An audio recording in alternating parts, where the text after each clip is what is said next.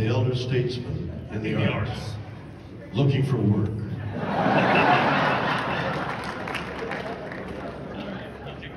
You take that. Well, you know, everybody thinks, oh, he's gotten older, got a little wiser, must know more about things than I do. It doesn't work that way.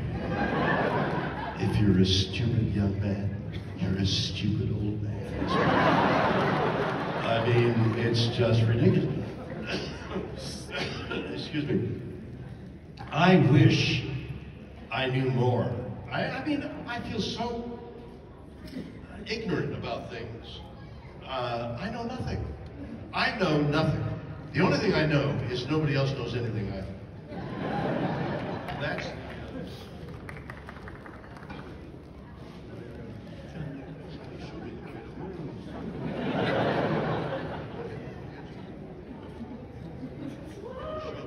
Didn't show to me to open up a microphone.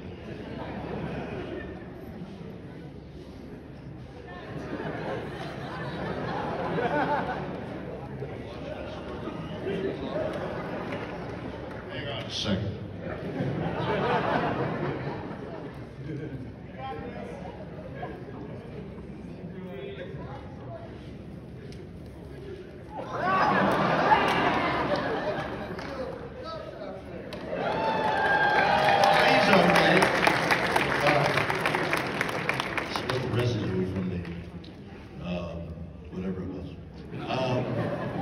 Okay, so where are we? Next question.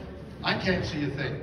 Hi, Mr. Shatner. Hi. So you acted being in space for quite some time, and then you eventually went into space. Okay. Any chance you use that opportunity to reenact any scenes, or maybe commandeer the spaceship for a little while? Wait a minute, reenact my sojourn into space? Yeah. I mean, I want to reenact the thing that actually happened. I mean, it's on film, and what was partially, not really on film, is my strange reaction after I came down. Shall I go on? Are you sure? Well, I went up to Seattle with a friend of mine. Jason Ehrlich is his name. I like to say their names to remind myself that I still can remember their names. And because Jason had an idea that Jeff Bezos might want to send this character into space first. So we went up, and I met Mr. Bezos, and we met in the lobby of the Amazon thing, and there's a big globe in the center of the lobby, and inside the globe, the glass globe, is this spaceship Enterprise. Never get those cries. Woo! Spaceship, woo! So, he turns out to be a big fan of Star Trek. And I sat around with Jason and pitched him the idea that I should go up into space first, because that was coming up. So, he said, yeah, it's a great idea. We'll get back to it. So we left Seattle, Los Angeles, and then COVID hit. And the year goes by, and nothing happens.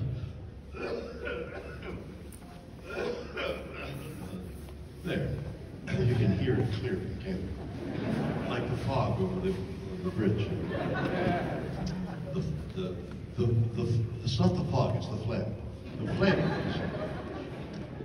So, a year goes by, and I read that Bezos is going up with his brother, and a female astronaut who didn't go into space, and a young man. And so I called Jason, that's too bad. And he said, well, maybe the next flight. I said, Jason, I'm not going up second. It's like getting Kamala Harris. I don't know. Well, it's like getting the vice president when you wanted the president. What's the, whoa? That's not a terrible remark, is it? Okay. So, that's it. That was it. And then one day the phone rings and they want me to go second. I've written a book. One of my books says, say yes to life. Say yes to the joy. Say yes to new loves, new business, new experiences. Go, you hear, you know, the cliche you hear once. Go and have a good time. Because having a bad time is more general than having a good time. Go and have some fun somewhere. So I thought, you know, I read that book, I better do it. So I called him. Said, I'll do it. So, yes, everybody agrees. You go second. So they called me on a day and said, turn up on a Monday in this place in Texas that is tens of thousands of acres. It's all his, Jeff Bezos' land. And on his land, he has the landing pad and the few buildings. And come on a Monday. So, Monday morning, I'm there. And except for a few people, I'm the only one there. The rest of the astronauts are not there. So, where is everybody? So, well, they're coming tomorrow.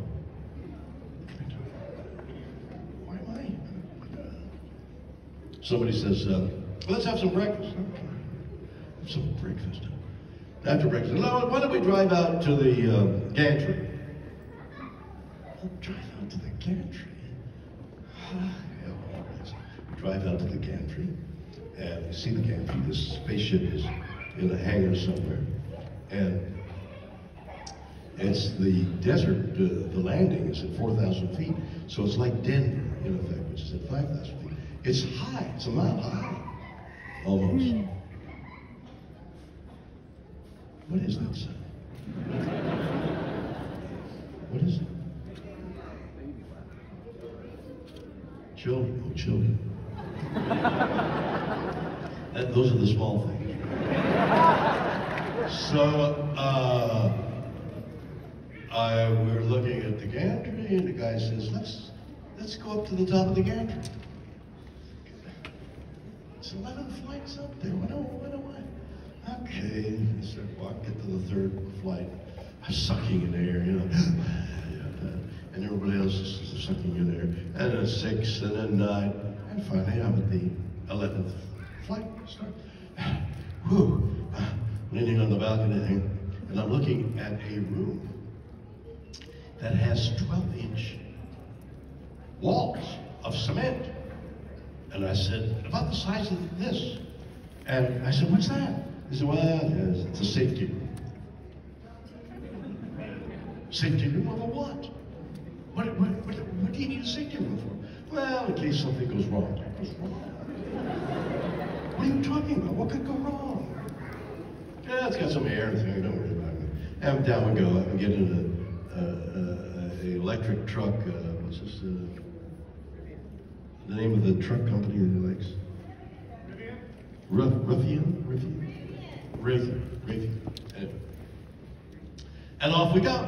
And I'm thinking, what in heaven's name am I doing here a day early, going up and down to bloody gantry, and you're now driving back to this not palatial place? And then it occurs to me, they thought, let's bring the old man here to see if he can get up 11 flights at 4,000 feet. And I passed the test. I was retching at the end. Give me a coughing pill and open it up, and I'm going to cough. Next day, everybody turns up, and we start to rehearse. And the rehearsal is, instead of a lot of dialogue, is essentially one moment. And that is the moment of weightlessness. When you're weightless and you have to get back in your chair. Now your chair is extended, so you're about like this on in the cabin, and you're like this because of the number of gravitational forces, G-forces, on you. So in order to absorb it, you're like lying flat. But when you're in weightlessness, you're tied in first. Then they say it's weightless, and then you undo your 5-point harness, and you float out, and then you've got like 3 or 4 minutes.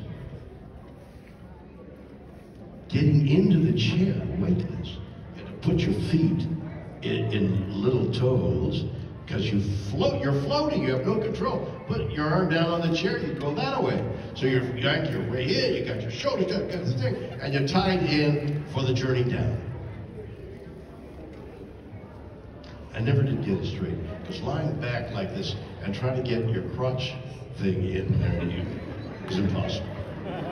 There are a lot of jokes can be made, and I've made most of them. I'm not going to do that. So, the day arrives, and we all go to the gantry early in the morning, and there's press, and they warned us to go to the bathroom, because you have a bite of breakfast there, and then you have, what liquids you wish to consume, and then you're in the thing, and you're up and down, and it takes an hour, and then you land, and there's press, and there's more press, and then there's more press, and there's no place to go to the bathroom. So a lot of, I'm not going to tell you how many, but many of the astronauts wore what astronauts wear, which is absorbent underwear. Because if an astronaut, in all his or her glory, hi, I'm an astronaut, I just peed in my pants. It loses all the glamour. So I didn't wear them, but apparently everybody else did. And so now I'm sitting in walking up the gantry, and the thing is there, the tube is there, and it's outgassing from an exhaust. What's that? There's too much hydrogen, so you're bleeding off a little hydrogen. Hydrogen? See, I'm from the generation who saw a lot, many times, the Hindenburg burning. And the guy who had met the Zeppelin. Do you know what I'm talking about, Zeppelin, later than that? The guy who was there saying, and now the Hindenburg is going to be tied up. So they tie off the Hindenburg like they would a ship. It's a lighter than air ship.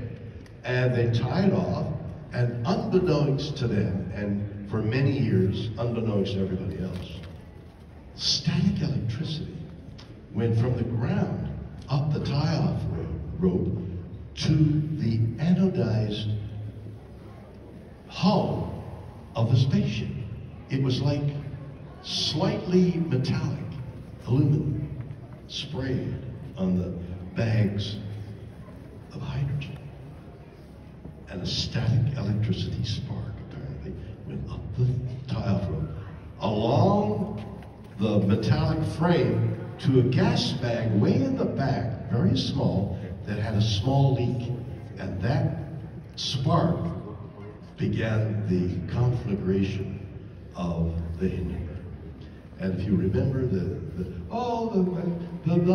humanity of it all, and people were running away, burning, and that's hydrogen. And I'm passing by hydrogen being off-gassed, and I get into my seat. I'm thinking, I'd forgotten about hydrogen. And then they said, all right, we're going to begin the countdown. T-minus 20, 19, 10, all that? There's an anomaly. What's an anomaly? Something that doesn't belong there. Me! That I know, no, go. That's all we got it out. Continue the countdown. T-minus 17, 16. All right, everybody. What I'm about to tell you is the God's truth. We're going to remove the gantry. Anybody who wants to get off should get off now. And I start to go, okay. No, I can't do that. I'm Captain Kirk.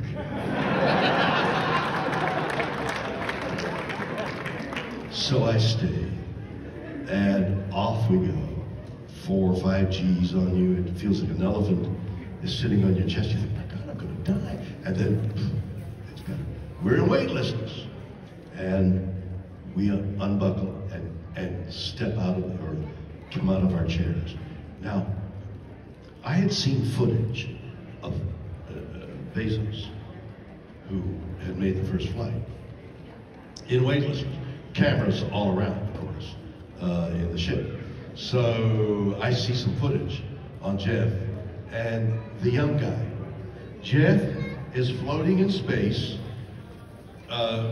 He's 3 or 4 feet up in the air, and he's on his stomach in the air, and his feet are pointing upwards. And the adolescent that's with him is throwing Skittles at his asshole.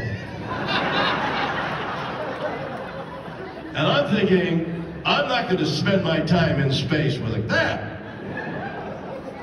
So when they say we have weightlessness, I made my way to the window as quickly as possible. And for some reason, I was looking out the back of the window, and I saw the submarine. I saw the spaceship acting like a submarine in the air. So there was a wink that the spaceship was forming in the blue air. Never heard anybody else discuss that. That's new. And I looked up, and I saw blackness. And I, like all of you who are obviously exalted by science fiction and space and the incredible awesomeness of the universe and the energies and the metaphysics and the physics and what's the unknown of what's going on in space and the majesty and the awesome of space. I am as infected as any of you. But that day, there was no exaltation. Pause a moment. I'll be right back.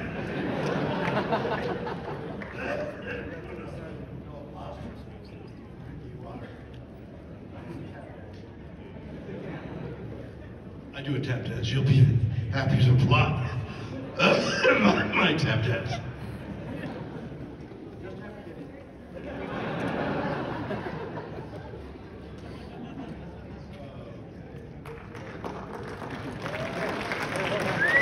See him drinking water. So, space had no majesty there. Space was death. It was black. It was black as death.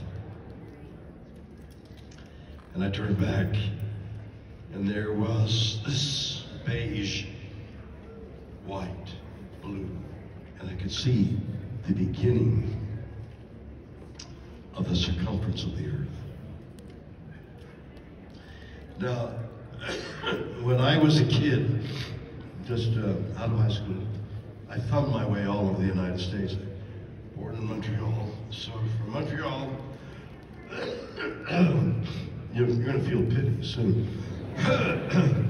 From Montreal to New York City, to Washington, to San Francisco, to San Diego, to Vancouver, to Chicago, and on to Montreal. I did it. I have crossed the United States in motorcycles more than once, in fast cars, slow cars, in a truck, a alone, with a dog, with a family. I've done it so many times. And one of the most inspiring things is the way a road goes into infinity. And you go along and think, my God, that's forever. And you get to like that point, and the road continues onto infinity. America seems endless. It's not.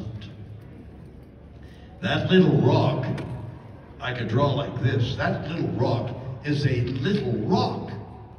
It's literally a conglomeration of debris and rocks with this thin soil that's been eroded by other rocks. And I'm a pilot.